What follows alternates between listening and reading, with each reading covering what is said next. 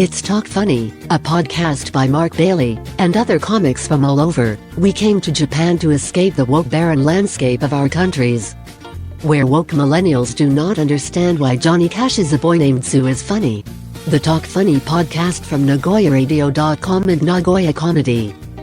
Here's Mark Bailey. It's Mark Bailey back again. This is Talk Funny, and Mike Miller's here again. Hi. So Mike, for the last 7 years, I had horrible eyesight. Mm-hmm. And I've gotten that fixed now with operations because the brilliant doctors at Nagoya Port never told me for about 5 years that I had cataracts. I went to the States. I guess that's a minimal thing. You wouldn't want to know if you had it, right? No, I wouldn't want to know. Doesn't affect your life or anything? No, not at all. So that's why I can't drive at night? Mm-hmm. I had cataracts. Well, I just thought I was losing my mind. It was a flashback. I didn't know I could not drive at night. Oh, I think I ran over something back there. Was it some garbage on the street? Last time I was talking to my dad in the States, and he goes, I actually don't like driving at night.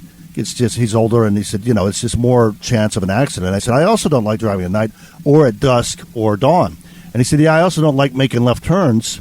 And I said, left turns or right turns, I just prefer to go straight. I really don't like driving, I guess is what I'm saying, because there's always a chance of getting in an accident. So if you don't want to get in an accident, don't get into a car, in a car accident. Especially in Aichi. Yeah. Because I was deprived of my vision for 7 years, you probably heard this, blind people have exceptional hearing generally, right? And Stevie Wonder's hearing is so good that he doesn't listen to our podcast, but he heard what I just said. Yeah, that's how he's listening now. That's a good. He's never seen our act, by the way. No, he's never seen our act. He's never will. gonna see our act. So, Mike Miller at google.com, gmail.com. Sorry, you changed your name now. It's Tofi. Tofi at That's gmail.com. right, Tofi.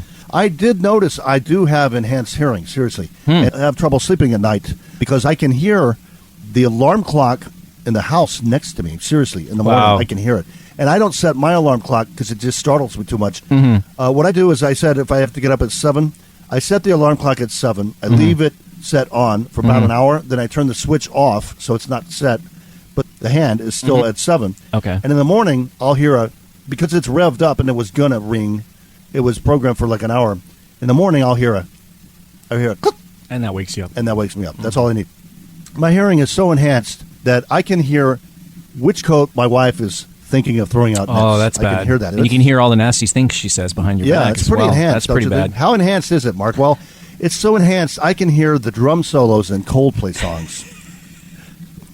But, Mark, they don't have drum solos in Coldplay songs.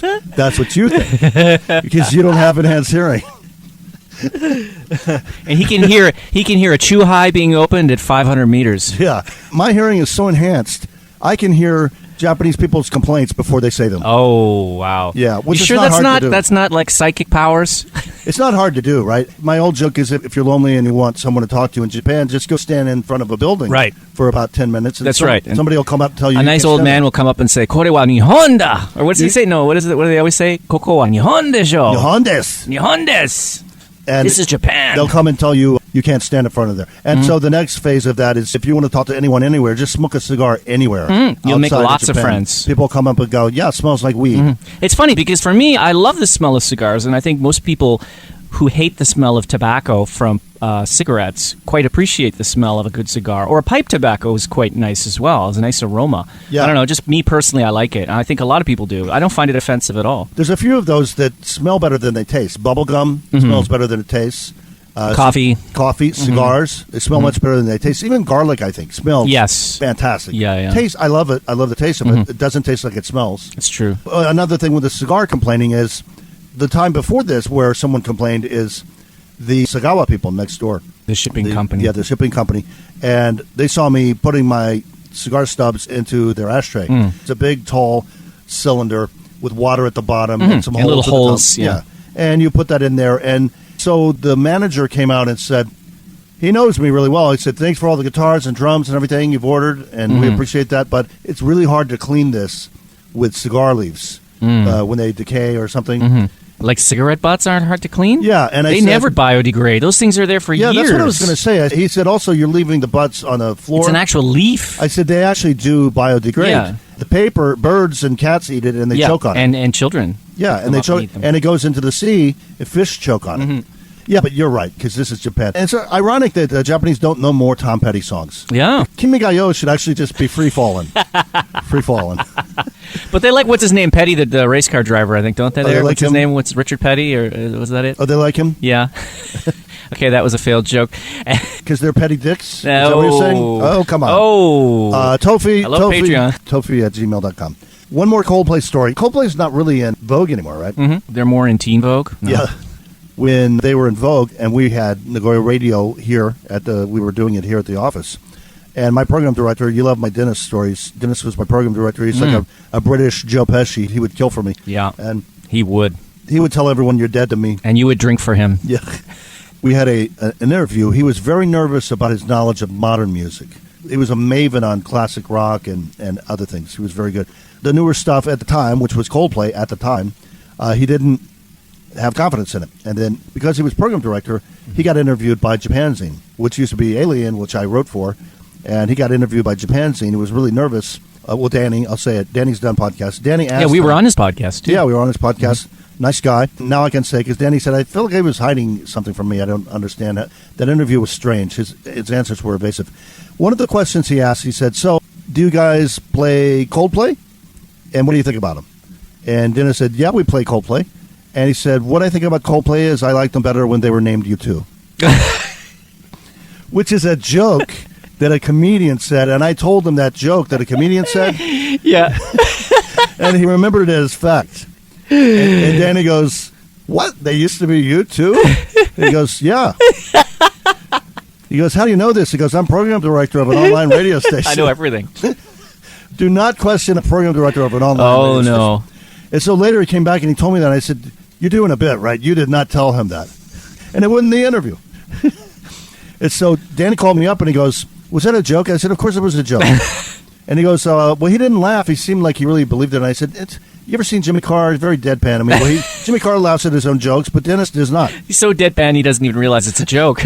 And I had another joke. We were talking about Lady Gaga and stuff, and he goes, I love Lady Gaga because she does Madonna's songs really well. Yeah, and something about when Dennis would say he fired our sales director, we'll call him Jimenez. And that doesn't give it away. Whenever I mention his name, he's Canadian. It's kind of like, what is it, Beetlejuice? You don't want to say it 3 times in a row? But it doesn't matter because Jimenez will go to 306. That's right.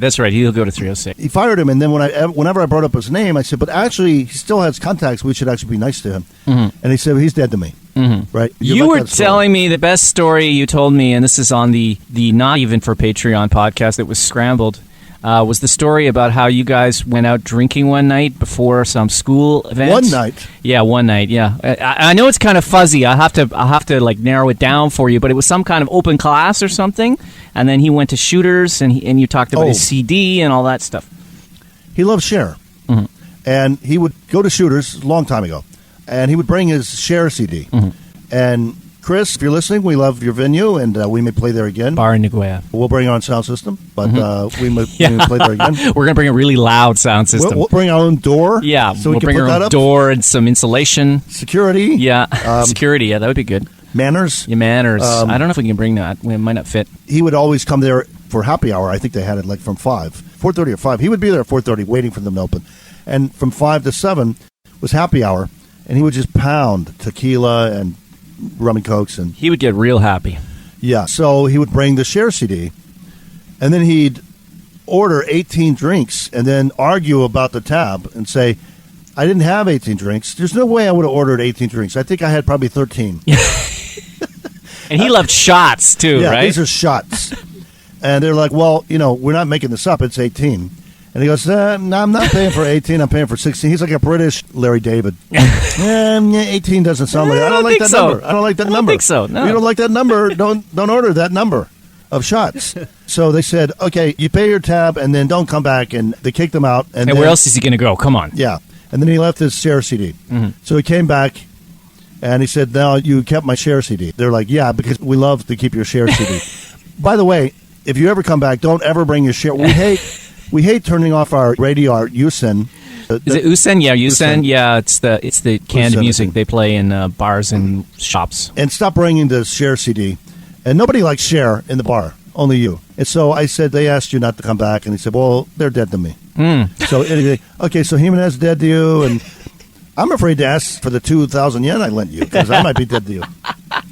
But unlike Joe Pesci, he never really killed anybody. So I think that was it, right? Yeah. Well, the thing about him calling you dead to him is that he's an alcoholic. So in 5 minutes, he'll forgotten that he even said it. So you're never dead to him. No, exactly. As you notice, I've cleaned up the yeah, office it's beautiful in here. I had the Berlin airlift here with all my clothes, and I've packed them all away. It's like it's been condoized. It's like you're living in a condo now. It's an anti-Marie Kondo. Marie Kondo, yeah. My wife threw out my clothes and stuff. That was about a year and a half ago. And then a couple of weeks ago, she came up to me because I took all my clothes, almost all of them, and I brought them here. She said, "Where are all your clothes and your coats? Are you doing a bit? You actually don't know where my coats are?" Because she thinks she threw them away.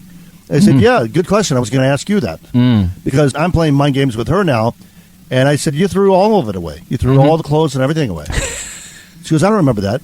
I called her Dory, and she would have got offended, but she doesn't remember seeing Finding Nemo with Dory. And I think last time I had to explain for listeners, Dory, if you don't have kids, Dory is played by Ellen DeGeneres, and she's this goldfish, I guess, has a memory of 1 minute. And that's basically my wife is like that. It's like, I never did that. It was 2 p.m. Yesterday you did that. No, I didn't. No, that was a long time ago. I don't remember that. Dory, Ellen DeGeneres, is hilarious in this.